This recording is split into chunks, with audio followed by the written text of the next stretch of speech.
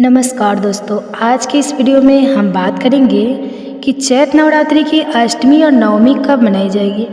5 अप्रैल को या 6 अप्रैल को। कई लोग इसको लेकर भ्रमित हैं कि कन्या पूजन किस दिन करें, अष्टमी कब आएगी और नवमी के किस दिन पड़ेगी, रविवार को या सोमवार को। इस वीडियो में हम आपको बताएंगे शुभ मुहूर्त, सही पूजा विधि और कन्या पूजन के नियम। इसलिए वीडियो को अंत तक ध्यान से देखें ताकि आपको पूरी जानकारी मिल सके। सबसे पहले आप सभी को चैत्र नवरात्रि की हार्दिक शुभकामनाएं। अब आइए जानते हैं कि नवरात्रि में प्रतिदिन पूजा कैसे करें। सबसे पहले स्नान कर ले और साफ सुथरे वस्त्र पहने। जिस दिन का जो विशेष रंग होता है उसे धारण करें। फिर माता की पूजा करें। दुर्गा चालीसा पाठ पढ़ सकते हैं या दुर्गा सप्तशती का पाठ कर सकते हैं। पहले दिन माता को जो माला और फूल अर्पित किए जाते हैं उन्हें पूरे 9 दिन तक नहीं हटाना चाहिए। हर दिन नई माला, फूल और प्रसाद चढ़ाएं, लेकिन पहले दिन की माला नहीं हटाइए। मंदिर को साफ रखें और माँ दुर्गा की आरती करें। कलश विसर्जन कब करें? नवरात्रि के अंत में कलश विसर्जन नवमी के दिन ही किया जाता है। अगर कोई फूल या माला सूख भी जाए तो भी उसे 9 दिन तक नहीं हटाना चाहिए। अब सबसे महत्वपूर्ण सवाल, अष्टमी और नवमी कब है? अष्टमी का व्रत 5 अप्रैल शनिवार को रखा जाएगा। रामनवमी 6 अप्रैल रविवार को मनाई जाएगी। नवमी के दिन राम जी की पूजा करें, लेकिन व्रत केवल 5 अप्रैल को रखें, 6 अप्रैल को नहीं। हवन और आरती कैसे करें?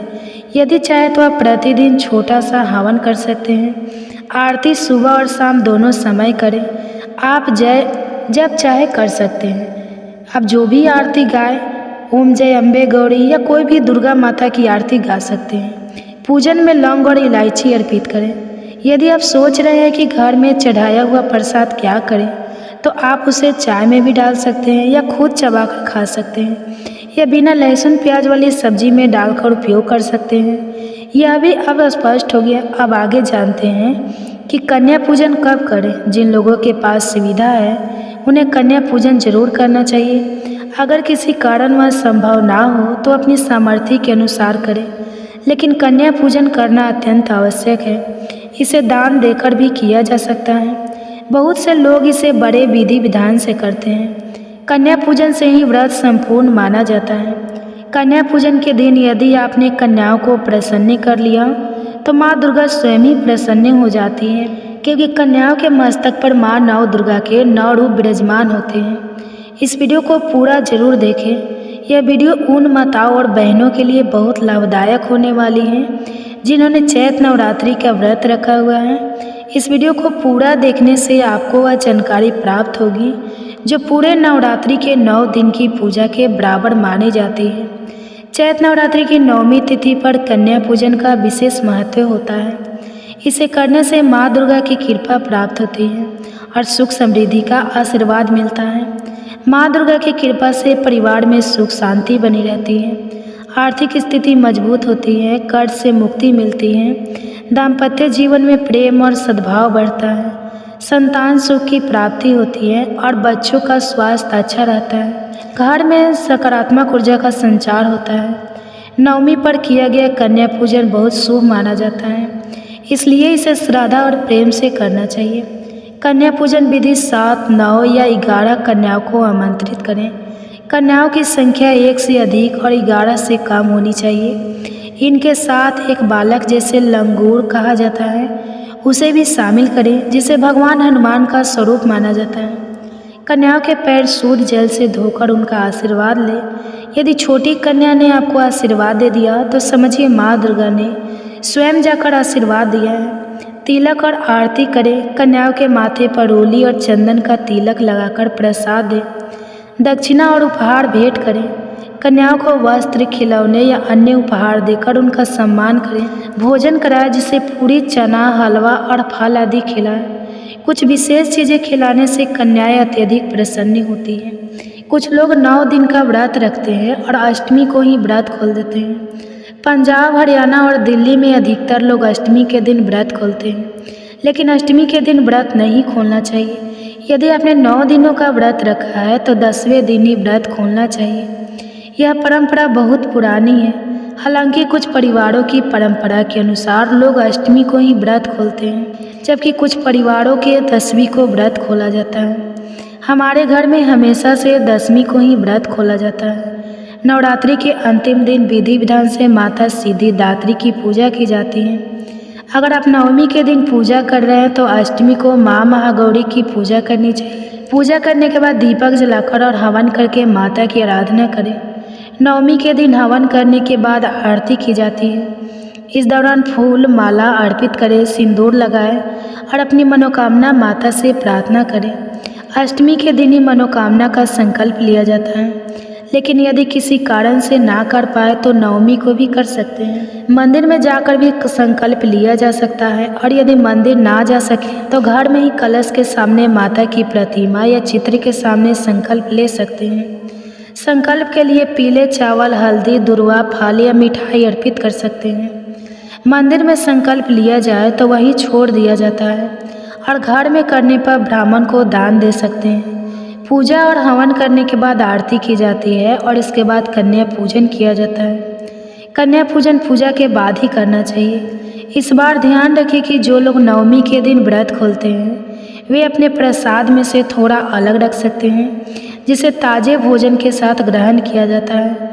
व्रत का पारण सामान्य तौर पर ताज़ा खीर पूरी से किया जाता है, तो आप अपनी परंपरा के अनुसार व्रत खोल सकते हैं। इस बार नवमी रविवार को पड़ रही है, इसलिए विसर्जन रविवार को नहीं करना चाहिए। हमारे यहाँ परंपरा है कि रविवार और मंगलवार को माता की विदाई नहीं की जाती है। नवमी की पूजा अष्टमी की रात में होती है और अगले दिन चूल्हा नहीं जलाया जाता। उसी प्रसाद को ग्रहण किया जाता है और शाम तक विसर्जन किया जाता है। लेकिन इस बार रविवार होने के कारण विसर्जन नहीं करना है। अगर कलश के ऊपर दीपक जल रहा हो तो उसमें तेल डाल सकते हैं, लेकिन दीपक को ज़बरदस्ती बुझाना नहीं चाहिए। नवमी की पूजा करने वाले को भी इस बात का ध्यान रखना चाहिए कि रविवार के दिन कलश या अन्य पूजन सामग्री नहीं हटानी चाहिए। जिन लोगों ने 9 दिनों तक कलश स्थापित किया है उन्हें भी 6 अप्रैल रविवार को विसर्जन नहीं करना चाहिए, बल्कि 7 अप्रैल सोमवार को करना चाहिए। विसर्जन सोमवार को करें और पूजा की सामग्री जैसे फूल आदि दोपहर के बाद या शाम को 3 से 4 बजे के आसपास विसर्जित करें। दीपक को ज़बरदस्ती ना बुझाएं।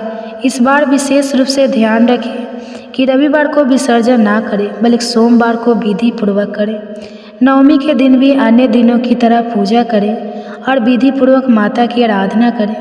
शाम की पूजा वैसे ही होगी क्योंकि माता अभी भी हमारे घर में विराजमान है। माता के आगमन के चलते हम उसी विधि विधान से पूजा करेंगे। सोमवार के दिन हम कलश को विसर्जित करेंगे। आमतौर पर नवमी के दिन सभी कार्य पूरे करने के बाद शाम तक कलश विसर्जन कर दिया जाता है, लेकिन इस बार नवमी पड़ने के कारण इसे अगले दिन करना उचित रहेगा। अब संपूर्ण पूजा विधि के बारे में जानते हैं। नवमी के दिन हमें माता दुर्गा की पूजा नहीं करनी है, बल्कि अष्टमी के दिन करनी चाहिए। नवमी के दिन भगवान राम की पूजा की जाती है। अष्टमी की पूजा के लिए प्रातः स्नान करके स्वच्छ वस्त्र धारण करें, पूजा स्थल पर चौकी रखें और उस पर लाल कपड़ा बिछाएं, अक्षत अर्पित करें और देवी दुर्गा की प्रतिमा या चित्र स्थापित करें। एक लोटे या कलश में शुद्ध जल भरें और उसमें एक सिक्का डालें। फिर इस पर चावल से भरी एक प्लेट रखें और कलश को माता की प्रतिमा के बाईं ओर स्थापित करें। यह कलश 9 दिनों तक वही रहेगा। इसे बार बार पुनः स्थापित करने की आवश्यकता नहीं है। यदि आपके पास गणेश जी की मूर्ति है तो उसे भी पूजा स्थल पर रखें। यदि मूर्ति ना हो तो सुपारी को गणेश जी का स्वरूप मानकर पूजा कर सकते हैं। इसके बाद गणेश जी और माता दुर्गा पर पुष्प और शुद्ध जल अर्पित करें। यदि आप अखंड ज्योत नहीं जला पा रहे हैं तो घी का दीपक जला सकते हैं। दीपक जलाने के बाद गणेश जी की माता दुर्गा कलश और दीपक का हल्दी कुमकुम से तिलक करें।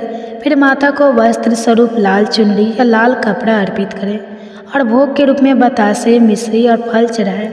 हवन करने की सुविधा ना हो तो एक मिट्टी के दीपक में कपूर जलाएं और उसमें लौंग का एक चूड़ा डाल दें। यह हवन पूरे घर में सकारात्मक ऊर्जा का संचार करेगा। इस दीपक को 9 दिनों तक जलते रहने दें, जिससे वातावरण में सकारात्मकता बनी रहे। यदि आप कन्या पूजन नहीं कर पा रहे हैं तो छोटी कन्याओं को आमंत्रित करके उन्हें फल, प्रसाद, मिठाई या दही जलेबी खिलाएं। श्रद्धा अनुसार उन्हें दक्षिणा भी दे। इसके अतिरिक्त माता के भजन सुने और उनकी आरती करें। पूजा के अंत में धूप दीप दिखाकर गणेश जी और माता दुर्गा की आरती करें और अंत में अपने मन में हुई भूल चूक के लिए भगवान से क्षमा प्रार्थना करें। यह नवरात्रि पूजा विधि सरल, सटीक और प्रभावी रहेगी। सबसे महत्वपूर्ण यह है कि आपकी श्रद्धा और आस्था माता दुर्गा के प्रति सच्ची होनी चाहिए। सच्चे मन से की गई पूजा से देवी की कृपा अवश्य प्राप्त होती है। दोस्तों, आगे की जानकारी साझा करने से पहले यदि आपने अभी तक कमेंट्स बॉक्स में जय माता लक्ष्मी नहीं लिखा है तो अवश्य लिखिए। आपके कमेंट्स करने और वीडियो को लाइक करने से हमारा मनोबल बढ़ता है और हम आपके लिए और भी अच्छी जानकारी लाते हैं। आप भक्तों जानते हैं कि चैत्र नवरात्रि में कौन कौन से कार्य नहीं करना चाहिए, इसके बारे में। चैत्र नवरात्रि का व्रत परिवार की सुख शांति और कल्याण के लिए रखा जाता है। अगर आप इन दिनों में गौ माता को एक खास चीज़ खिला देते हैं तो आपकी आर्थिक परेशानियां खत्म हो सकती हैं। यह उपाय माँ दुर्गा और माता लक्ष्मी की कृपा पाने का एक अचूक तरीका माना जाता है। अगर आप इस उपाय को करते हैं तो धन संपत्ति में बढ़ोतरी होगी, सभी संकट और बाधाएं दूर होगी, घर में सुख शांति बनी रहेगी, प्रीत दोष और अन्य समस्याएं समाप्त हो जाएगी। गौ माता को भोजन अर्पित करने से जीवन में किसी भी चीज़ की कमी नहीं रहती। कहा जाता है कि यह उपाय 7 पीढ़ियों तक सुख समृद्धि बनाए रखता है। इस साल चैत्र नवरात्रि 29 मार्च 2025 से शुरू हो रही है। इस दिन श्रद्धालु पवित्र नदी में स्नान करते हैं और माँ दुर्गा के 9 स्वरूपों की पूजा करते हैं। माता लक्ष्मी और गौ माता की पूजा विशेष रूप से शुभ मानी जाती है। हिंदू धर्म में चैत्र नवरात्रि का बहुत महत्व है। इस दौरान देवी देवताओं की पूजा की जाती है, विशेष भोग अर्पित किए जाते हैं और माँ दुर्गा की विधि विधान से आराधना होती है। गौ माता की पूजा करने से सभी कष्ट दूर हो जाते हैं और जीवन में सुख समृद्धि आती है। अगर आप इस चैत्र नवरात्रि में यह उपाय अपनाते हैं तो निश्चित रूप से आपके जीवन में सकारात्मक बदलाव आएगा। शास्त्रों और वेद पुराणों में स्पष्ट रूप से लिखा गया है कि चैत्र नवरात्रि माँ दुर्गा के 9 रूपों का आशीर्वाद प्राप्त करने का सबसे उत्तम समय होता है। इस दौरान माँ दुर्गा प्रसन्न मुद्रा में रहती है और अपने भक्तों पर कृपा बरसाती है। मान्यता है कि इन दिनों सूर्य अन्य दिनों की तुलना में अधिक तेजोमय होता है। इस पावन अवसर पर माँ दुर्गा की विधि विधान से पूजा की जाती है और सूर्य देवता को अर्घ्य दिया जाता है। महिलाएं चैत्र नवरात्रि का व्रत रखती है जिससे उन्हें विशेष पुण्य प्राप्त होता है। अगर किसी व्यक्ति की कुंडली में चंद्र ग्रह की स्थिति अच्छी हो तो उसका भाग्य हमेशा उसका साथ देता है और उसे अपने सभी कार्यों में सफलता मिलती है। इसी कारण हिंदू धर्म में चैत्र नवरात्रि का विशेष महत्व है। इस बार चैत्र नवरात्रि के दौरान 52 शुभ योग बन रहे हैं। सालों बाद सूर्य का तेज इतना प्रभावशाली होगा कि यह एक दुर्लभ योग बन जाएगा। इस बार चैत्र महीने में वर्ष का पहला सूर्य ग्रहण लगने जा रहा है जो 130 वर्षों में पहली बार इस तरह की स्थिति उत्पन्न करेगा। इस अवधि में लक्ष्मी योग, गृह योग, नक्षत्र योग और अमृत सिद्ध योग जैसे शुभ योगों का निर्माण होगा। चैत्र नवरात्रि के दौरान पूरे दिन का व्रत रखना चाहिए और माँ दुर्गा का आशीर्वाद प्राप्त करना चाहिए। ब्रह्म मुहूर्त में देर तक नहीं सोना चाहिए और यदि संभव हो तो किसी पवित्र नदी में स्नान करना चाहिए। इस दिन स्नान और प्रातःकालीन पूजा का विशेष महत्व होता है। यदि आप ज्योतिष और तंत्र शास्त्र के अनुसार एक विशेष गौ माता से जुड़ा उपाय विधि पूर्वक कर लेते हैं तो इसका अत्यंत शुभ फल प्राप्त हो सकता है। इस उपाय को करने से माँ लक्ष्मी और श्री हरि विष्णु की कृपा प्राप्त होगी और 9 ग्रहों की दशा आपके पक्ष में हो जाएगी। इसके साथ ही राहु केतु की स्थिति में भी सुधार होगा क्योंकि इनके प्रभाव का नियंत्रण माँ दुर्गा के हाथों में होता है। इस उपाय को करने के बाद आपके जीवन में धन की आवक बढ़ने लगेगी और आर्थिक कष्टों से मुक्ति मिलेगी। अगर माँ दुर्गा और माता लक्ष्मी की कृपा प्राप्त हो जाए तो किसी भी व्यक्ति को धनवान बनने से कोई शक्ति रोक नहीं सकता। अब आपके में यह सवाल आ रहा होगा कि गौ माता को ऐसा क्या खिलाने से यह लाभ प्राप्त हो सकता है। आपने देखा होगा कि दिवाली, धनतेरस या नवरात्रि की पूजा के दौरान गौ माता को विशेष रूप से भोग अर्पित किया जाता है। कई परिवारों में गौ माता को 2 पुड़िया अर्पित करने की परंपरा है। इसलिए आपको इस उपाय को चैत्र नवरात्रि के दिनों में करना चाहिए और सूर्यदेव को अर्घ्य देकर उनकी विधि विधान से पूजा करनी चाहिए। इस वीडियो में हम आपको गौ माता से जुड़े ऐसे उपायों के बारे में बताएंगे जिन्हें करने से आपके जीवन के दुख, संकट और बाधाएं समाप्त हो सकती हैं और आपकी सफलता के मार्ग की सभी रुकावटें दूर हो सकती हैं और इसे करने से आपको सभी परेशानियों से छुटकारा मिलने वाला है। आपके जीवन में अपार धन संपत्ति आएगी और कभी भी धन की कमी नहीं होगी। यदि आप यह उपाय करते हैं तो आप धन प्राप्ति के योग्य बन जाएंगे और आपके घर में हमेशा समृद्धि बनी रहेगी। अन्य धन और वस्त्रों की कभी कमी नहीं होगी। चैत्र नवरात्रि में माँ दुर्गा की पूजा के साथ साथ हनुमान जी, मंगल देवता और भगवान शनि देव की भी पूजा करनी चाहिए। यदि आप इस दिन हनुमान जी, मंगल देव और शनि देव की पूजा करते हैं तो मंगल ग्रह से संबंधित दोष दूर हो जाते हैं। इससे व्यक्ति के जीवन में धन संपत्ति का आगमन होता है और सभी मनोकामनाएं पूर्ण हो जाती हैं। हम आपको यह जानकारी अनकाबे स्टोरी चैनल निःशुल्क दे रहे हैं क्योंकि हमारा उद्देश्य जनहित में सेवा करना है। इसलिए यदि आपको यह जानकारी उपयोगी लगे तो इस वीडियो को जरूर लाइक करें। साथ ही हम आपसे अनुरोध करते हैं कि कमेंट्स में अपनी राशि जरूर लिखें ताकि हम चैत्र नवरात्रि के दौरान आपकी राशि के अनुसार खास उपाय बता सकें जिससे आपको अधिक लाभ मिले। कमेंट्स में जय गौ माता जरूर लिखें। अब हम एक महत्वपूर्ण उपाय बता रहे हैं जिससे आपको चैत्र नवरात्रि में जरूर करना चाहिए। गाय से जुड़े उपाय बताने से पहले एक और प्रभावशाली उपाय जान लीजिए। शाम के समय पीपल के पेड़ के नीचे सरसों के तेल का चौमुखी दीपक जलाएं। इसके लिए आटे का दीपक बनाएं और उसमें 4 बातियां लगाएं। दीपक में 2 साबुत लौंग डालें और उसे जलाकर अपनी मनोकामना मांगे। इसे जलाकर वहीं छोड़ दें और देखिए कैसे आपके जीवन में सकारात्मक बदलाव आता है। यदि आपने अभी तक अनकाबे स्टोरी चैनल को सब्सक्राइब नहीं किया है तो ज़रूर कर ले ताकि आपको आगे भी ऐसी ज्ञानवर्धक जानकारी मिलती रहे। अब बात करते हैं गौ माता से जुड़े उन उपायों की जिन्हें करने से व्यक्ति को 60 पीढ़ियों तक धन और समृद्धि की कोई कमी नहीं होती। सभी दुख, दर्द और कष्ट दूर हो जाते हैं और जीवन में सुख शांति बनी रहती है। चैत्र नवरात्रि के दिन माँ दुर्गा की विधि पूर्वक पूजा करें और गौ माता की पूजा अवश्य करें। पूजा के लिए बनाए गए भोग में से 2 पूरियाँ गौ माता को जरूर खिलाएं। सूखी पूरी ना ही खिलाएं बल्कि उस पर मिठाई, हलवा या कोई भी प्रसाद लगाकर अर्पित करें। हर शुभ कार्य में गौ माता या उनसे जुड़ी चीज़ें जैसे गोबर, गौमूत्र, दूध अथवा गाय के दूध से बना घी जरूर शामिल करें। इससे पुण्य की प्राप्ति होती है और सनातन परंपरा के अनुसार जिस घर में गाय होती है उस घर में सभी वास्तु दोष स्वतः समाप्त हो जाते हैं क्योंकि बिना पंचामृत के कोई भी पूजा पाठ और हवन सफल नहीं होता। इसलिए इसका विशेष ध्यान रखना चाहिए। दोस्तों, महीने में कम से कम एक बार परिवार सहित गौशाला जाने और गायों को हरा चारा खिलाने का नियम जरूर बनाएं। इससे सभी वास्तु दोष शांत हो जाते हैं। अनकाबे स्टोरी चैनल आपको हमेशा सही जानकारी देता है। गर्मियों में गौ माता को पानी पिलाना और सर्दियों में इन्हें गुड़ खिलाना बहुत शुभ माना जाता है।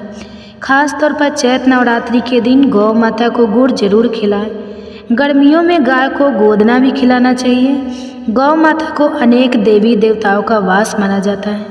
इनसे जुड़े कई शुभ और अशुभ संकेत भी होते हैं। अगर दूध दुहते समय गाय अचानक ठोकर मार दे और सारा दूध बिखर जाए तो यह अपशगुन माना जाता है। वहीं यदि कोई व्यक्ति यात्रा पर निकल रहा हो और उसे सामने गाय अपने बछड़े को दूध पिलाती हुई दिख जाए तो यह शुभ संकेत होता है और यात्रा सफल मानी जाती है।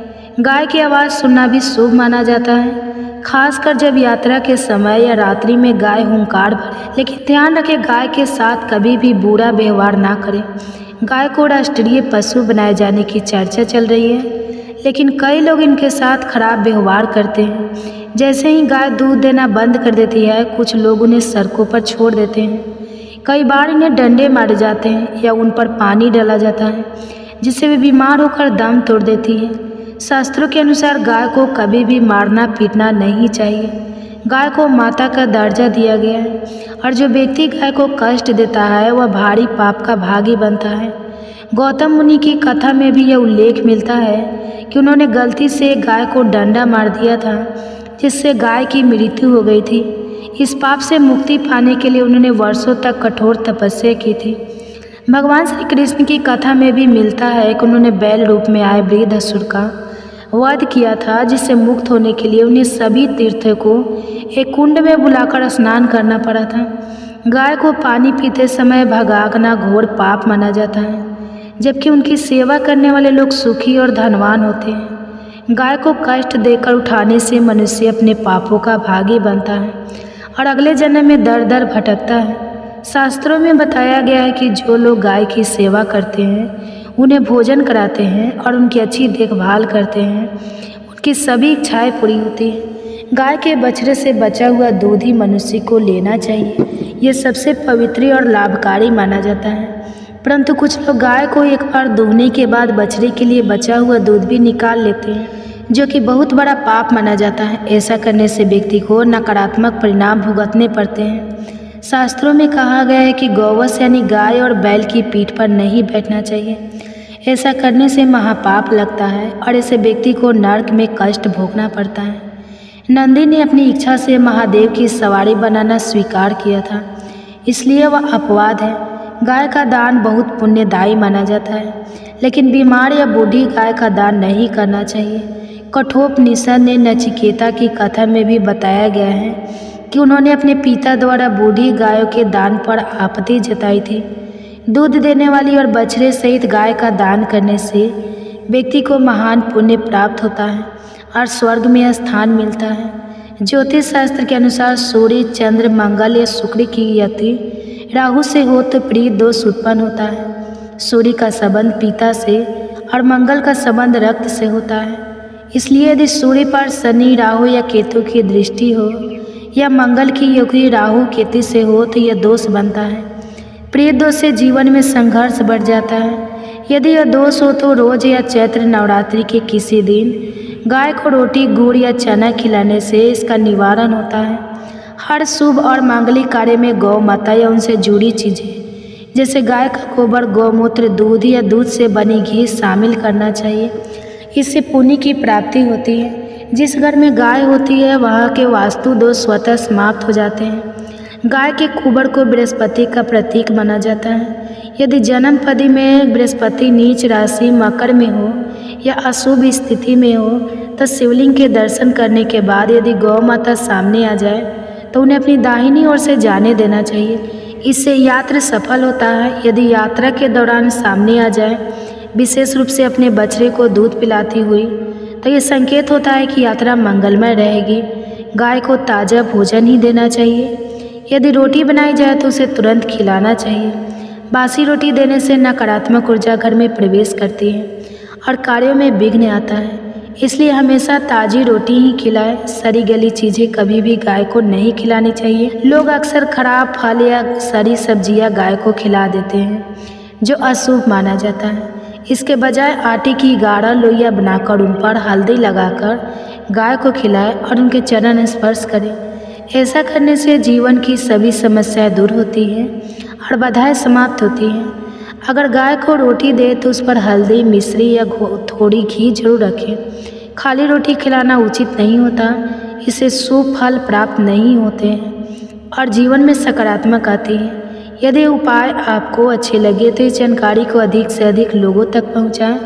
अनकाव्य स्टोरी चैनल हमेशा आपको उपयोगी जानकारी प्रदान करता है।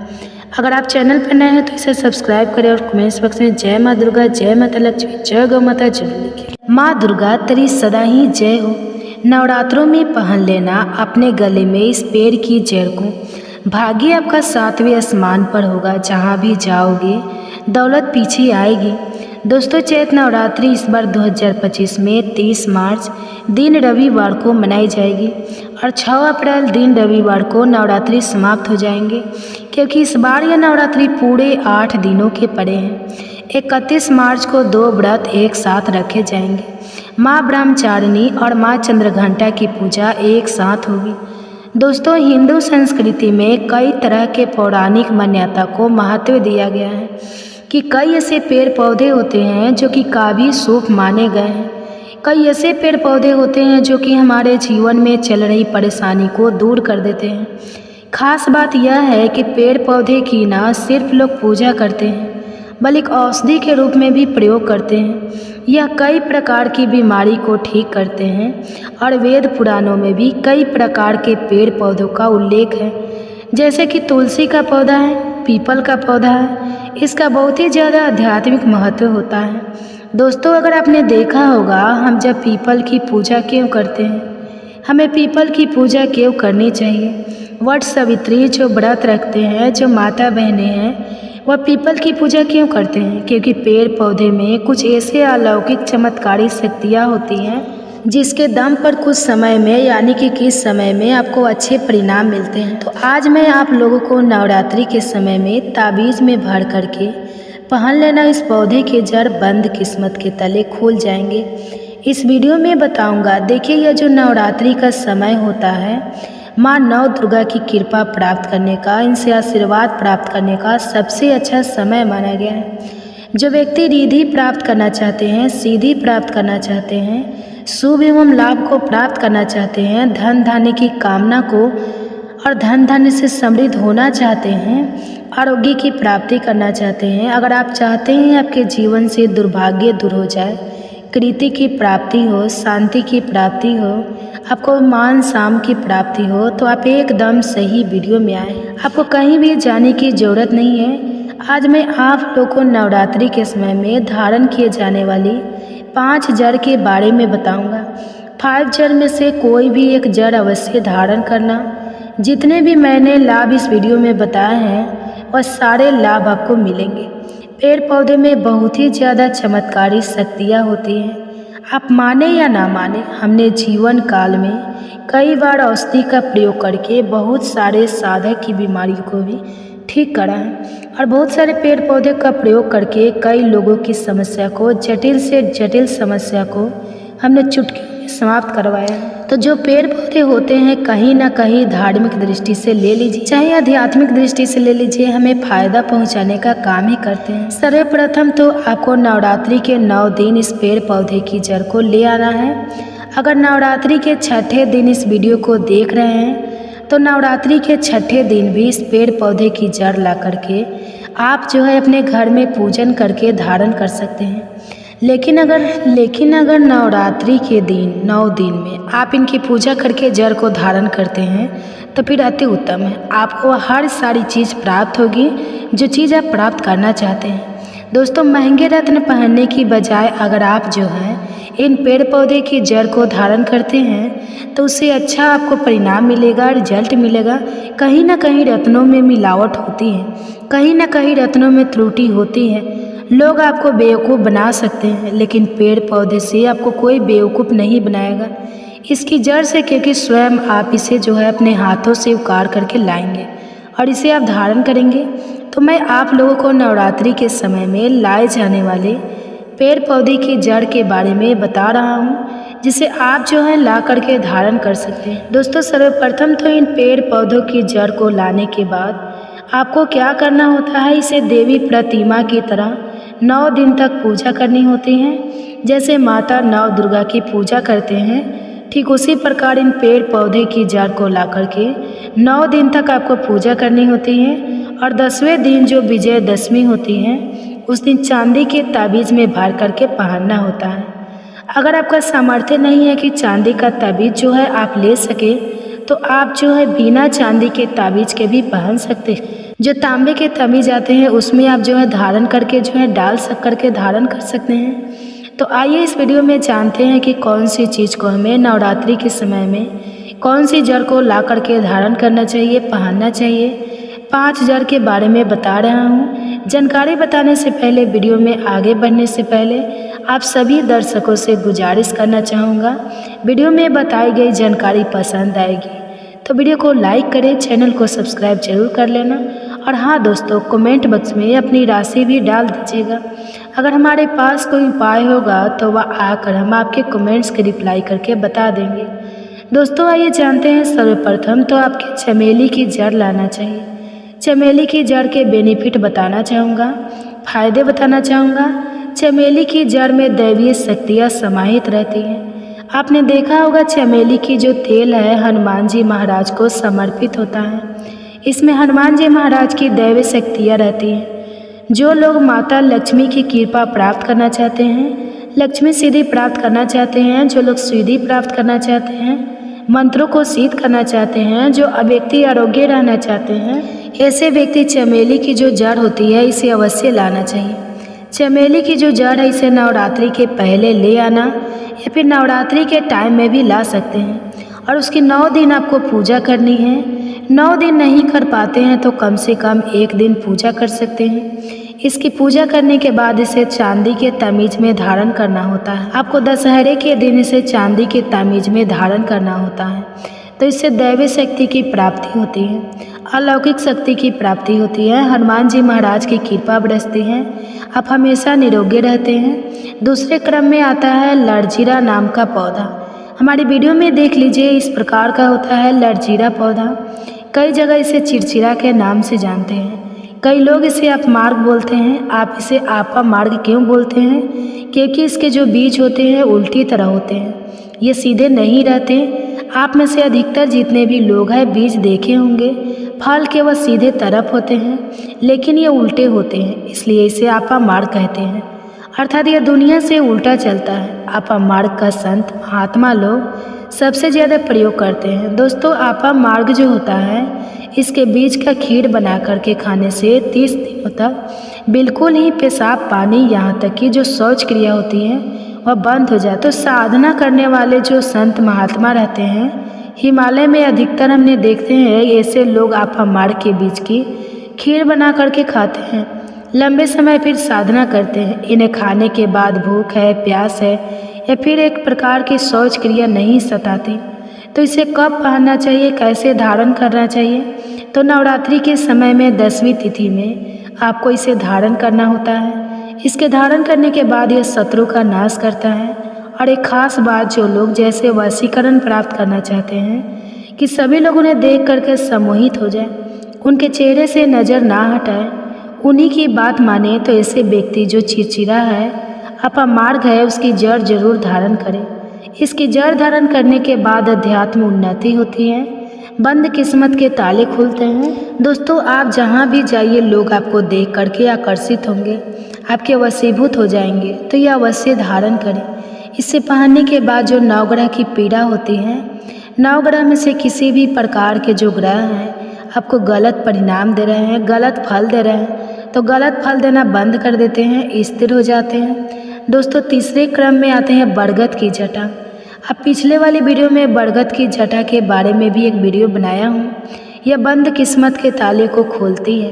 बरगद की जो जटा है आध्यात्मिक दृष्टि से बहुत ही पवित्र है और हमारे हिंदू धर्म में बरगद को देव वृक्ष माना जाता है। देव वृक्ष क्यों कहा जाता है? क्योंकि वट सावित्री के दिन आपने जरूर देखा होगा इनकी पूजा होती है। जो बरगद है यह देव वृक्ष कहे गए हैं। इनमें समस्त देवी देवताओं की शक्ति समाहित होती है, बस हुई होती है। जो बरगद वृक्ष है इसमें प्रीत का भी वास होता है। बरगद का वृक्ष भगवान शंकर का स्वरूप कहा गया है। तो अगर बंद किस्मत के ताले खोलना चाहते हैं, अपनी आध्यात्मिक उन्नति करना चाहते हो, तो नवरात्रि में 9 दिन पूजा करने के बाद बरगद की जटे अवश्य धारण करना। बरगद की जटा धारण करने के बाद आपको 20 से 25 चमत्कारी फायदे मिलते हैं, जो कि मैं वीडियो में आप लोगों को पिछले वाले वीडियो में बता चुका हूँ। वह वीडियो जाकर के आप देख सकते हैं। दोस्तों, चौथे नंबर पर आते हैं सफ़ेद मदार की जड़। अब सफ़ेद मदार की जड़ क्यों धारण करनी चाहिए? जो मदार है सफ़ेद कलर की, यह भगवान गणेश जी के स्वरूप कहे गए हैं और मैं हर दिन वीडियो में बोलता हूँ और आज भी बता रहा हूँ।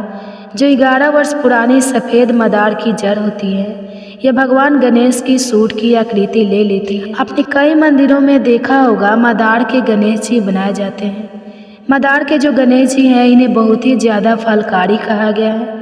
यह तत्काल अपना फल प्रदान करते हैं। भगवान गणेश जी को रिद्धि सीधी शुभ लाभ के स्वामी कहे गए हैं। तो अगर आप रिद्धि सीधी शुभ लाभ धन वैभव प्राप्त करना चाहते हैं तो मदार की जड़ नवरात्रि में ले आना। इसकी 2 से 5 दिन 9 दिन तक पूजा कर देना। इसके बाद 10वीं तिथि को धारण कर सकते हैं, पहन सकते हैं। इसमें आपको बहुत ही ज़्यादा लाभ मिलेगा। जो मदार है यह भगवान गणेश जी के स्वरूप कहे गए हैं और मदार धारण करने के बाद नवग्रह की जो पीड़ा होती है समाप्त हो जाती है। खासकर जो बुध ग्रह आपको गलत परिणाम दे रहे हैं तो गलत परिणाम देना बंद कर देते हैं। दोस्तों, अंतिम में आते हैं अपराजिता। अपराजिता के उदाहरण करना चाहिए। जो अपराजिता है, इसके पुष्प माता लक्ष्मी को अत्यंत प्रिय हैं। अपराजिता के पुष्प माता लक्ष्मी को बहुत ही ज़्यादा प्रिय है और अधिकतर लक्ष्मी पूजा में अगर आप माता लक्ष्मी को प्रसन्न करना चाहते हैं, चाहकर भी माता लक्ष्मी आपके द्वार पर नहीं आ रही है, परेशान हो चुके हैं, इसके कारण आपकी जो दैनिक स्थितियाँ खराब हो चुकी हैं, तो अपराजिता नाम का जो पौधा है, इनकी जड़ धारण करें।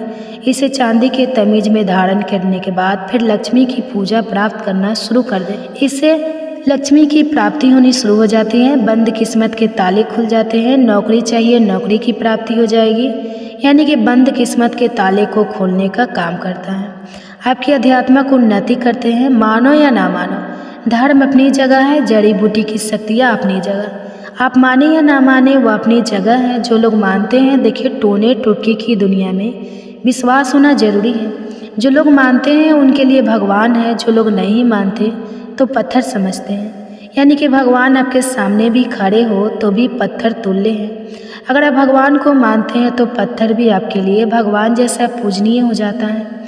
लोग तो भगवान श्री कृष्ण और भगवान राम को भी आज झुठलाते हैं। सब एक देव मनुष्य बोलते हैं, तो आस्था के ऊपर यह सब जितने भी मैं आप लोगों को तांत्रिक वस्तु बताया हूँ, पेड़ पौधे की जानकारी बताया हूँ, यह आस्था के ऊपर निर्भर करता है। आस्था है तभी आपको अच्छे परिणाम देंगे, आस्था नहीं है तो यह आपको कुछ भी परिणाम नहीं देंगे। तो अपना भाग्य परिवर्तन करने के लिए, अपनी किस्मत में परिवर्तन होते हुए देखने के लिए, अपनी आध्यात्मिक उन्नति करने के लिए जड़ अवश्य धारण करें। सदा आपको सुरक्षा या प्रदान करेगी। यह जड़ मित्र की भांति मदद करती है, आपका हमेशा साथ देती है। तो यह थी छोटी सी जानकारी दोस्तों। अगर आप माता रानी को अपने घर पर बुलाना चाहते हैं तो कमेंट बॉक्स में लिखिए, माता रानी आपका स्वागत है हमारे घर में, जय माता दी। नवरात्रि के पहले दिन यह 5 काम जरूर कर लें, रातों रात चमक उठेगी किस्मत। तो आप सभी को चैत्र नवरात्रि की ढेर सारी शुभकामनाएं। नवरात्रि आने में अब कुछ ही दिन बाकी है और आज हम आपको इस वीडियो में ऐसे 5 खास उपाय बताएंगे जिन्हें अगर आपने नवरात्रि के पहले दिन कर लिया तो आपकी गरीबी दूर हो सकती है और माता रानी की कृपा आप पर बनी रहेगी। आपके व्रत और पूजा पाठ सफल होंगे और माँ दुर्गा पूरे 9 दिनों तक आपके घर में विराजमान रहेगी। जो भी मनोकामना आप माता से मांगेंगे वह जल्द ही पूरी हो जाएगी, बल्कि कहे तो नवरात्रि के 9 दिनों में ही पूरी हो सकती है। तो इस वीडियो को अंत तक जरूर देखें, क्योंकि यह आपके लिए बहुत लाभदायक होने वाली है। माँ दुर्गा को प्रसन्न करने और उनकी कृपा पाने के लिए चैत्र नवरात्रि के दौरान आपको इन 9 बातों का ध्यान रखना चाहिए। भक्तों, आपसे निवेदन है कि अगर आपको ये वीडियो पसंद आए तो इसे लाइक करें, शेयर करें और अपने परिवार और दोस्तों के साथ जरूर भेजें। अगर आप अनकाव्य स्टोरी चैनल पर नए हैं तो चैनल को सब्सक्राइब करें ताकि आने वाली नई वीडियो के नोटिफिकेशन आपको सही समय पर मिलता रहे। चैत्र नवरात्रि के पहले दिन अपने घर की छत पर लाल रंग का त्रिकोण झंडा जरूर लगाएं। इस झंडे पर जय माता दी लिखा होना चाहिए। ये झंडे बाजार में आसानी से मिल जाते हैं, लेकिन आप चाहे तो इसे घर पर भी बना सकते हैं। जब नवरात्रि के पहले दिन सुबह पूजा करें तो उस दौरान ये झंडा माँ के चरणों में अर्पित करें और फिर पूजा के बाद इसे अपने घर की छत पर लगा दें। डांडा लगाने के लिए सबसे शुभ स्थान ईशान कोण उत्तर पूर्व दिशा है। यदि वहाँ जगह ना हो तो आप इसे उत्तर दिशा में भी लगा सकते हैं। झंडा लगाने के साथ दीपक जरूर जलाएं। झंडा लगाते समय वहाँ एक दीपक भी जलाएं, क्योंकि यह माँ दुर्गा के प्रति आपकी श्रद्धा और भक्ति का प्रतीक होगा। यह यश, मनसान और सफलता को बढ़ाने में सहायक होता है। घर में सुख, समृद्धि और धन की वृद्धि होती है। यह आपके सभी कार्यों में सफलता दिलाने में मदद करता है। झंडा हमेशा लहराता रहता है, जो इस बात का संकेत है कि आपके जीवन में सकारात्मकता और ऊर्जा बनी रहेगी। घर में पवित्रता और शुभता का संचार होता है। इस बार 29 मार्च रविवार को चैत्र नवरात्रि का पहला दिन है और इस दिन आपको अपने घर के ईशान कोण में लाल रंग का झंडा जरूर लगाना चाहिए।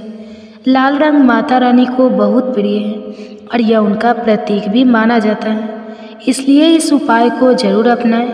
इसके बाद आपको मंदिर की अच्छी तरह से सफाई करनी चाहिए और यदि संभव हो तो इसे लगवा लेना चाहिए। आप पेंट या चूने से मंदिर को रंग सकते हैं। कुछ भक्त ऐसे भी होते हैं जो नवरात्रि में सुंदरकांड का पाठ करते हैं, तो आप भी पहले दिन इसके लिए आवश्यक सामग्री जुटाकर सुंदरकांड कर सकते हैं। भक्तों, अगला कार्य जो नवरात्रि के पहले दिन जरूर करना चाहिए वह है घर के मुख्य द्वार पर तोरण लगाना। तोरण क्या होता है? इसके लिए आम के पत्ते चाहिए। जिस तरह हम 5 पल्लव में आम के पत्ते का उपयोग करते हैं, वैसे ही यहाँ भी आम के पत्तों की ज़रूरत होती है। आपको थोड़ा अधिक मात्रा में ताज़े आम के पत्ते लेकर पहले अच्छे से धो लेना चाहिए। इसके बाद पत्तों के ऊपर हल्दी या कुमकुम से श्री लिखें। अब इन पत्तों को एक धागे में पिरो लें। आप लाल या पीले रंग का धागा इस्तेमाल कर सकते हैं। एक बार यह माला तैयार हो जाए तो इसे अपने घर के मुख्य द्वार पर टांग दें। भक्तों, जब किसी घर के मुख्य द्वार पर तोरण लगा होता है तो यह शुभता और मांगलिक कार्यों का संकेत देता है। यह बताता है कि घर में देवी का वास है और वातावरण पवित्र है। धार्मिक अनुष्ठानों, भवन निर्माण या किसी भी विशेष पूजा पाठ में आम के पत्तों का बहुत महत्व होता है। बिना आम के पत्तों की पूजा अधूरी मानी जाती है। कलश स्थापना में भी आम के पत्तों का विशेष स्थान होता है।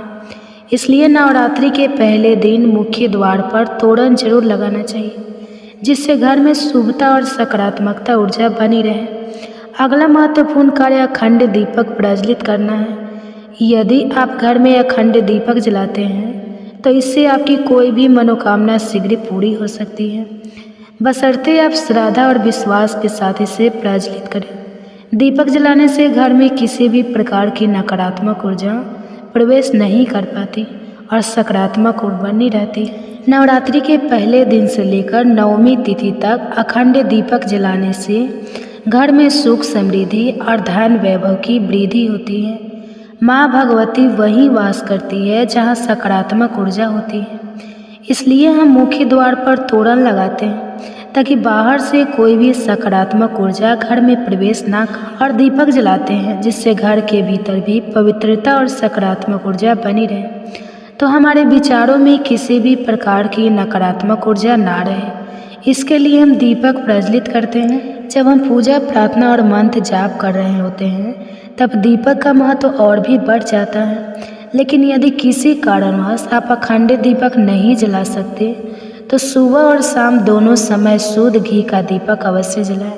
इसके साथ ही घर में लौंग और कपूर की आरती जरूर करें ताकि नकारात्मक ऊर्जा दूर हो और सकारात्मक ऊर्जा बनी रहे। अब अगला कार्य कलश स्थापना। दीपक जलाने से जुड़ी एक और महत्वपूर्ण बात ध्यान में रखें।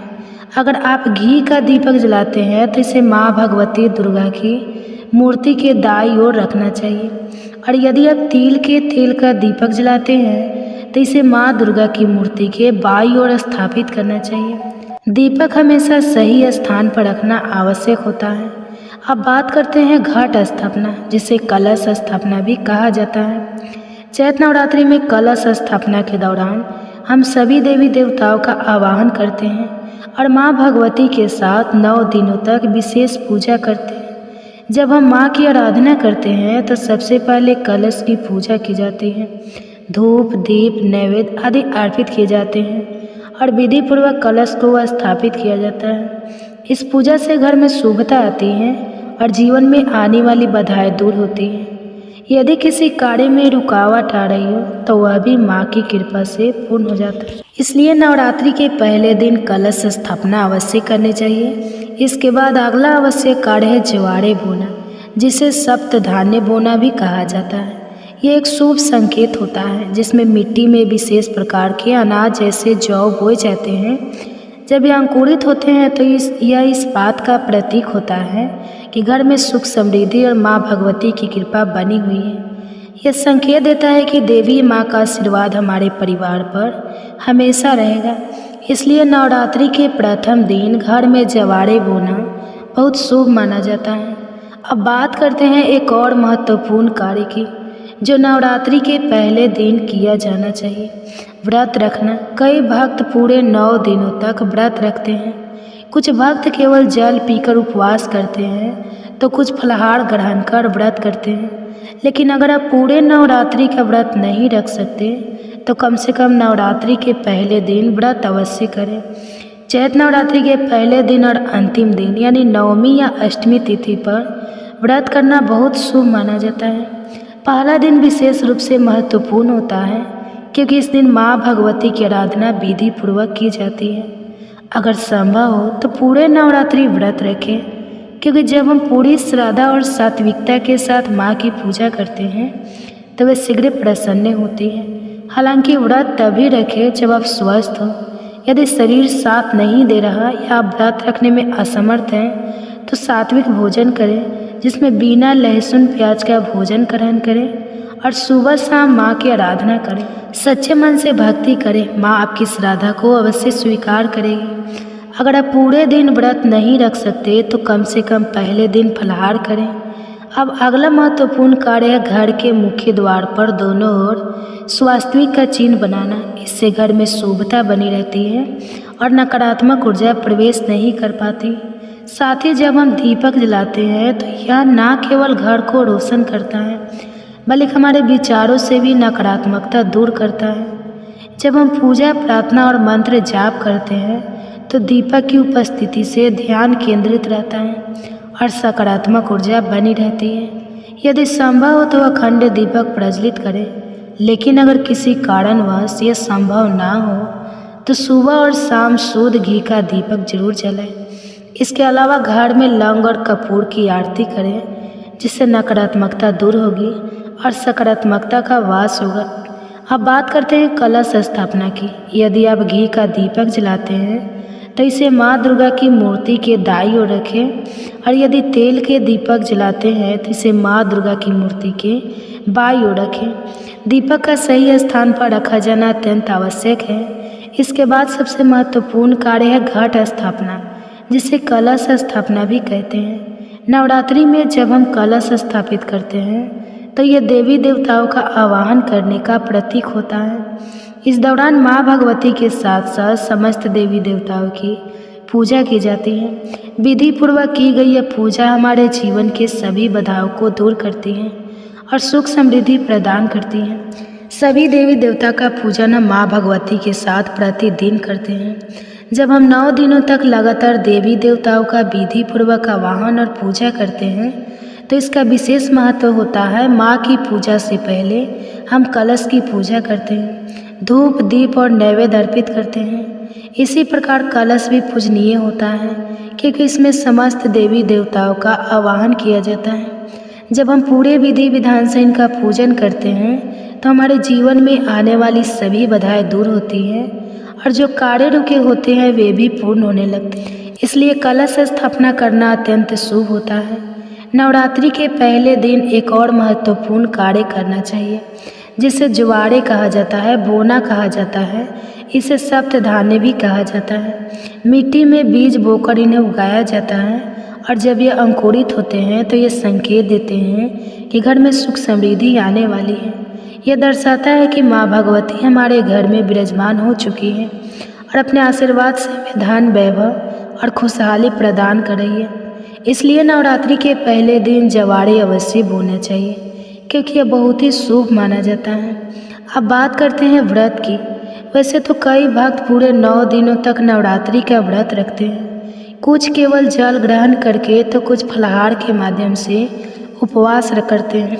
लेकिन यदि आप पूरे नवरात्रि व्रत नहीं रख सकते तो कम से कम पहले दिन और अंतिम दिन यानी नवमी या अष्टमी तिथि को व्रत अवश्य करें। नवरात्रि का पहला दिन बहुत महत्वपूर्ण होता है क्योंकि इस दिन माँ दुर्गा की विधि पूर्वक आराधना की जाती है। यदि संभव हो तो पूरे नवरात्रि का व्रत रखना चाहिए क्योंकि जब हम श्रद्धा और सात्विकता के साथ माँ की पूजा करते हैं तो वे शीघ्र प्रसन्न होती है। हालांकि व्रत तभी रखें जब आपका स्वास्थ्य अच्छा हो। यदि आप स्वस्थ है और व्रत रखने में सक्षम नहीं है तो शुद्ध सात्विक भोजन करें, जिसमें बिना लहसुन प्याज का भोजन ग्रहण करें। सुबह शाम माँ की आराधना करें और सच्चे मन से भक्ति करें, इससे भी माँ प्रसन्न होती है। अगर आपके लिए व्रत रखना शारीरिक रूप से संभव नहीं है तो इसे ना रखें, लेकिन यदि संभव हो तो नवरात्रि के पहले दिन फलाहार के माध्यम से व्रत अवश्य करें।